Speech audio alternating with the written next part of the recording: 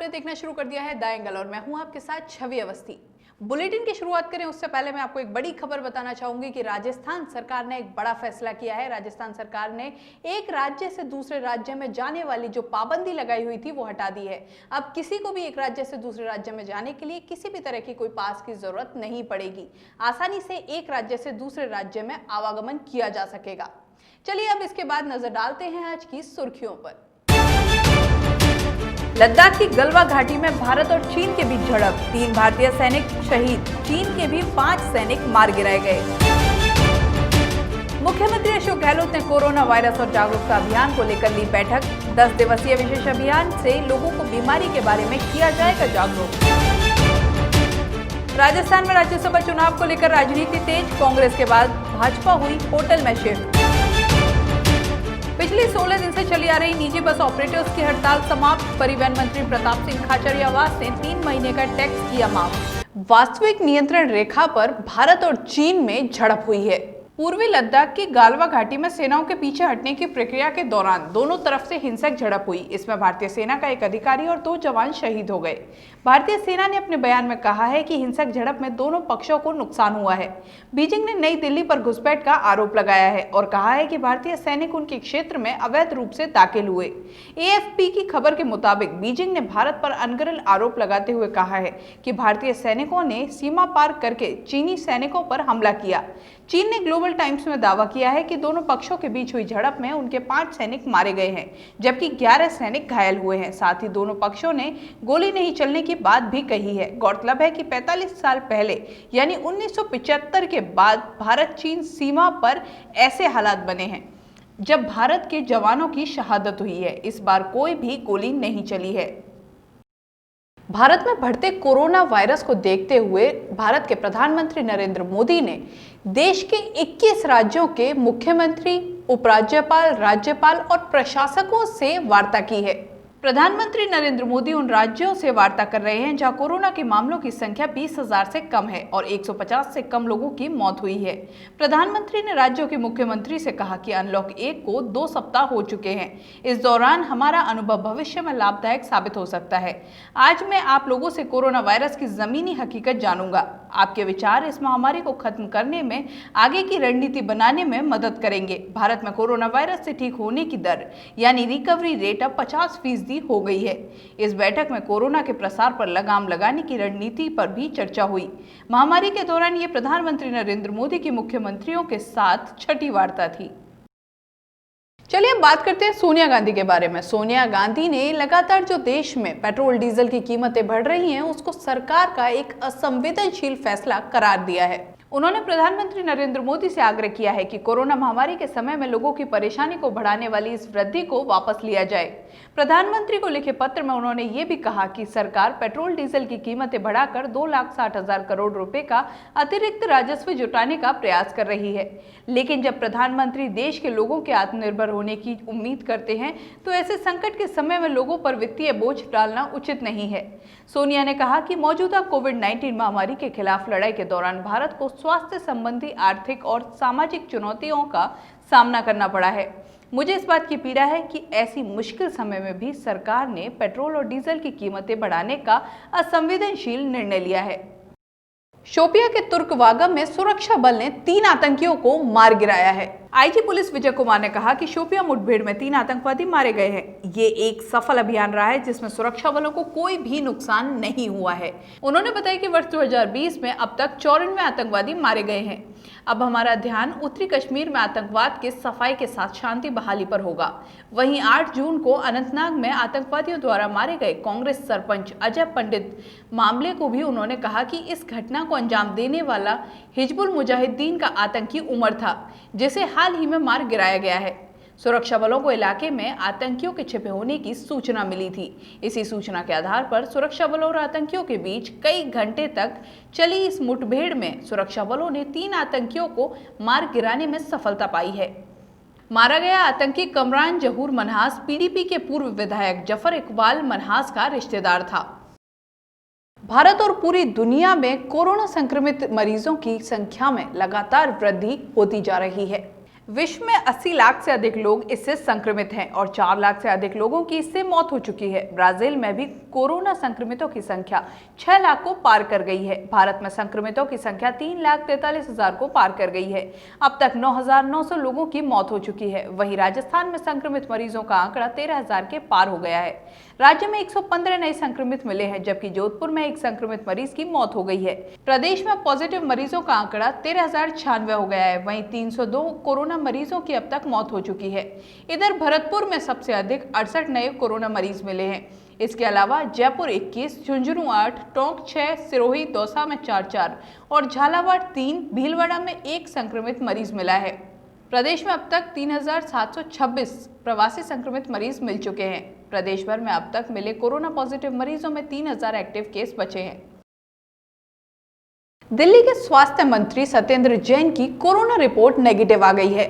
बीती रात तबीयत बिगड़ने के बाद उन्हें राजीव गांधी सुपर स्पेशलिटी अस्पताल में भर्ती कराया गया। उन्हें बुखार और सांस लेने में तकलीफ थी। हालांकि इस वक्त उनकी हालत स्थिर है, लेकिन उन्हें अब भी बुखार है। जानकारी के अनुसार बीते 2 दिन से उनकी तबीयत खराब थी और तकलीफ बढ़ने पर उन्हें राजीव गांधी अस्पताल में भर्ती कराया गया। उनकी कोरोना जाँच भी कराई गई है, जिसकी रिपोर्ट नेगेटिव आई है।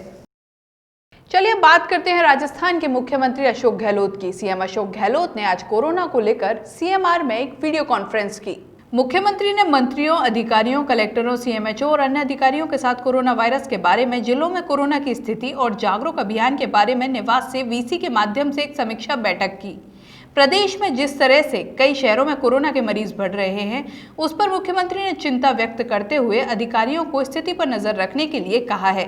मुख्यमंत्री ने कहा है कि 21 जून से 30 जून तक 10 दिवसीय विशेष अभियान सभी गांव, ढाणियों, वार्डों, मोहल्लों में आयोजित किया जाएगा और लोगों को बीमारी से बचने के लिए विभिन्न माध्यमों से जागरूक किया जाएगा।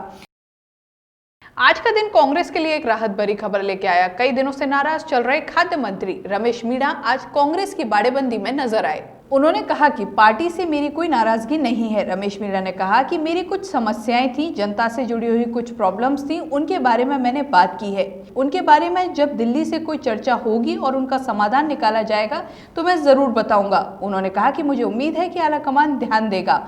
रमेश मीणा को बाड़ेबंदी में नजर आने के बाद कांग्रेस को कुछ राहत मिलती नजर आई है। राज्यसभा चुनाव को लेकर भाजपा विधायक दल की बैठक आज बीजेपी मुख्यालय में आयोजित हुई।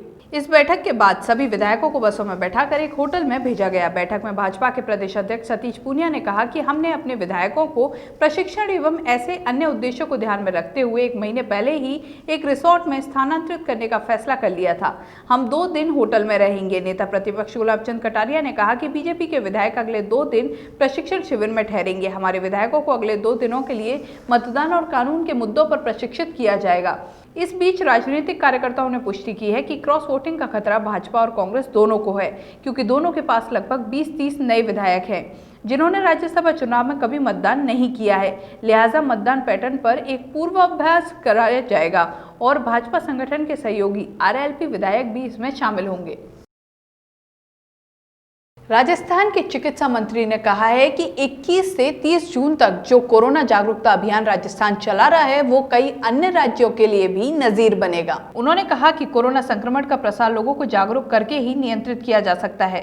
डॉक्टर शर्मा ने कहा कि 21 से 30 जून तक चलने वाले विशेष अभियान की तैयारियां जोरों पर हैं। इसके तहत गाँव-गाँव, ढाडी-ढाडी तक आमजन को कोरोना से जुड़ी सावधानियों के बारे में जागरूक किया जाएगा। उन्होंने बताया कि भले ही लॉकडाउन हटा लिया गया है, लेकिन ये भी ध्यान रखें कि कोरोना खत्म नहीं हुआ है। थोड़ी सी लापरवाही न केवल उनके स्वयं के परिवार बल्कि समाज व अन्य पर भी भारी पड़ सकती है। 21 तारीख से लेकर 30 तारीख के बीच में राजस्थान में व्यापक जन जागरण का अभियान चलाया जाएगा, क्योंकि कोरोना अभी खत्म नहीं हुआ है। आम आदमी ये समझ बैठा है कि लॉकडाउन खत्म हो गया, अनलॉक 1 हो गया और जो छूट दे दी है तो हम सावधानियां छोड़ दें। मास्क लगाना जरूरी है, 2 गज की दूरी जरूरी है, बार बार साबुन से हाथ धोना जरूरी है। ये समूह में एकत्रित होते हुए लोग नजर आते हैं, समूह में एकत्रित होना बिल्कुल बंद कर दें लोग, क्योंकि कोरोना का खतरा, कोई कह रहा इसका पीक आएगा अगस्त में, कोई कह रहा सितंबर में, कोई कह रहा अक्टूबर नवंबर में। ये खतरा भी टला नहीं है, इसका कोई वैक्सीन नहीं बना है, कोई दवा नहीं बनी है। राजस्थान में जिस शानदार तरीके से काम मुख्यमंत्री जी के नेतृत्व में हुआ है, पूरा देश तारीफ कर रहा है उसकी, प्रधानमंत्री जी तारीफ कर रहे हैं। हमारी पूर्व मुख्यमंत्री वसुंधरा राजे जी जो 10 साल चीफ मिनिस्टर रही, वो तारीफ कर रही है। पूरे विधायकों ने जो वीडियो कॉन्फ्रेंसिंग हुई 21 घंटे, सब ने कोई सी पार्टी के हों, उन्होंने तारीफ की कि राजस्थान में बहुत शानदार काम हुआ है। अब उसके बाद में ये संक्रमण राजस्थान में फैले नहीं, हमारा हर व्यक्ति सुरक्षित रहे, इस बात को मद्देनजर रखते हुए 21 तारीख से 30 तारीख के बीच में मैसिव कैंपेन चलेगा पूरे स्टेट के अंदर, ताकि आम आदमी के जेहन में ये सावधानियां हम डालना चाहते हैं ताकि वो सुरक्षित रहे।